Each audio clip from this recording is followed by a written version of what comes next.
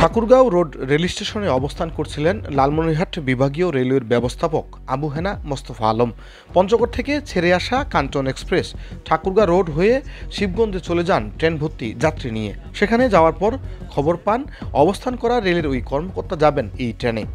আচমকা 6 কিলোমিটার উল্টো পথে ট্রেন ফিরিয়ে আনা হয়। আমাদের আবার উল্টা ব্যাক নিয়ে যাচ্ছে,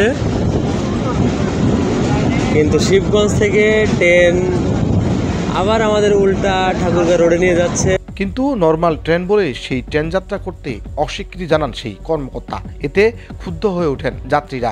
যাত্রীদের রোশনালে পরে অবশেষে সেই ট্রেনে যাত্রা করতে বাধ্য হয় রেলের এই কর্মকর্তা।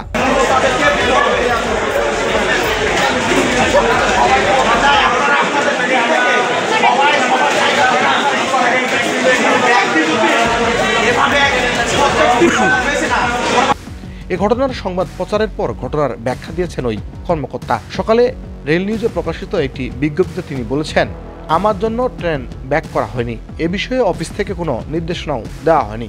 দায়িত্বপ্রাপ্ত কিছু কর্মচারী নিজেরা সিদ্ধান্ত নিয়ে ট্রেনটি ফিরিয়ে এনেছে, যা একেবারেই নিয়ম বিরুদ্ধ।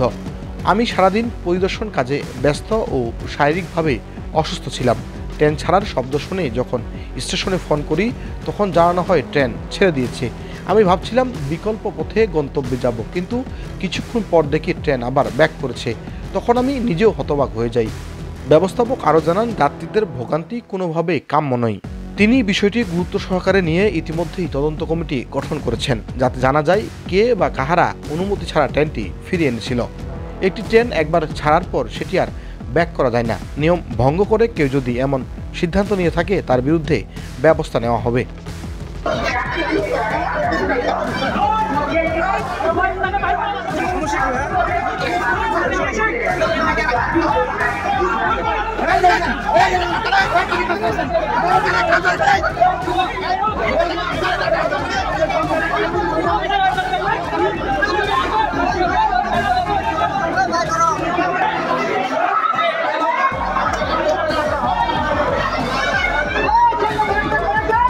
এখান থেকে প্রায় না হলেও 15 কিলোমিটার হবে। সেখান থেকে আবার ব্যাক করে নিয়ে আসলো শিবগঞ্জ স্টেশনের সামনে থেকে।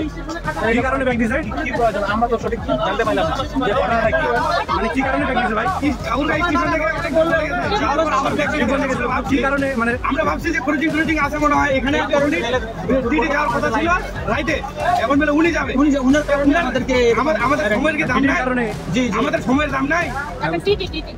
আমরা যে আমাদের ট্রেনটা আমরা ছাড়তেন, আমরা যে আপনি কেন কিন্তু আপনি টাকা দেওয়া লাগবে।